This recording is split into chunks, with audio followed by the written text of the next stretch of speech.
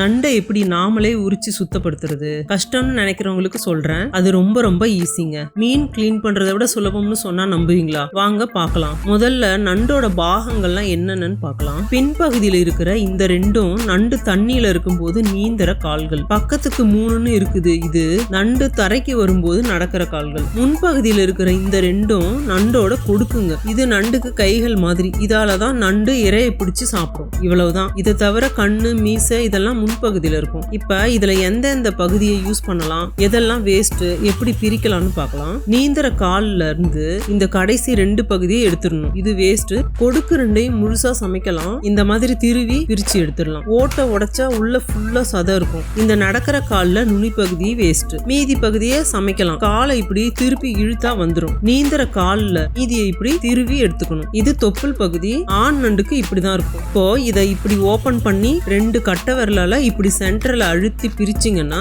நண்டோட ஓட்டு பகுதியை பிரிச்சு எடுத்துடலாம். ஓடோட சேர்ந்து வந்திருக்கிற இது குடல். இது மொத்தமா வேஸ்ட் தான்.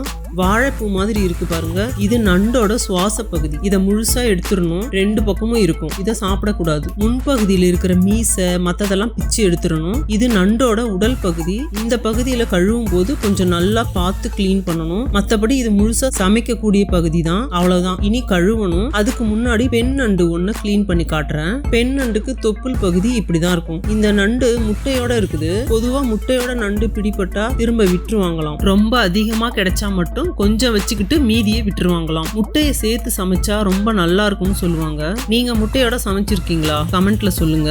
இதையும் அதே மாதிரி ஓபன் பண்ணி கிளீன் பண்ண வேண்டியதுதான். அடுத்து நண்டை நல்லா சுத்தமா கழுவணும். இந்த உடல் பகுதியை தான் நல்லா கழுவ வேண்டி இருக்குங்க. நடுவுல இந்த மாதிரி பசையா இருக்கு பாருங்க. இதெல்லாம் நல்லா சுத்தமா கழுவி எடுத்துடணும். கொஞ்சம் பெரிய நண்டா இருந்தா 2ஆ உடைச்சு கூட கழுவிக்கலாம். நல்ல ஃப்ரெஷ்ஷான நண்டா இருந்தாதாங்க இந்த மாதிரி நல்ல அழுத்தமா கெட்டியா இருக்கும். கொடுக்கு கழுவுறதுக்கு ஒண்ணும் இல்ல. பெருசா இருந்தா இதை 2ஆ உடைச்சு கூட போட்டுக்கலாம். இந்த காலோட நுனி பகுதியை பிச்சிடலாம். இதுல சதை ஒன்னும் இருக்காது. அவ்வளவுதான். நண்டை சுத்தப்படுத்துற வேலை முடிஞ்சது. குழம்பு, சூப்பு, வறுவல் பண்றதுக்கு இதை இப்படியே போட்டுக்கலாம். லாலிபா, போலா உருண்டை மாதிரி பண்ணணும்னா இதுக்குள்ள இருக்கிற சதையை மட்டும் பிரிச்சு எடுத்துக்கலாம். நண்டை எப்படி சுத்தப்படுத்துறதுன்னு தெளிவா புரிஞ்சிருக்கும்னு நம்புறேன். உங்களுக்கு வேற ஏதாவது சந்தேகங்கள் இருந்தா கமெண்ட்ல கேளுங்க. கண்டிப்பா பதில் போடுறேன்.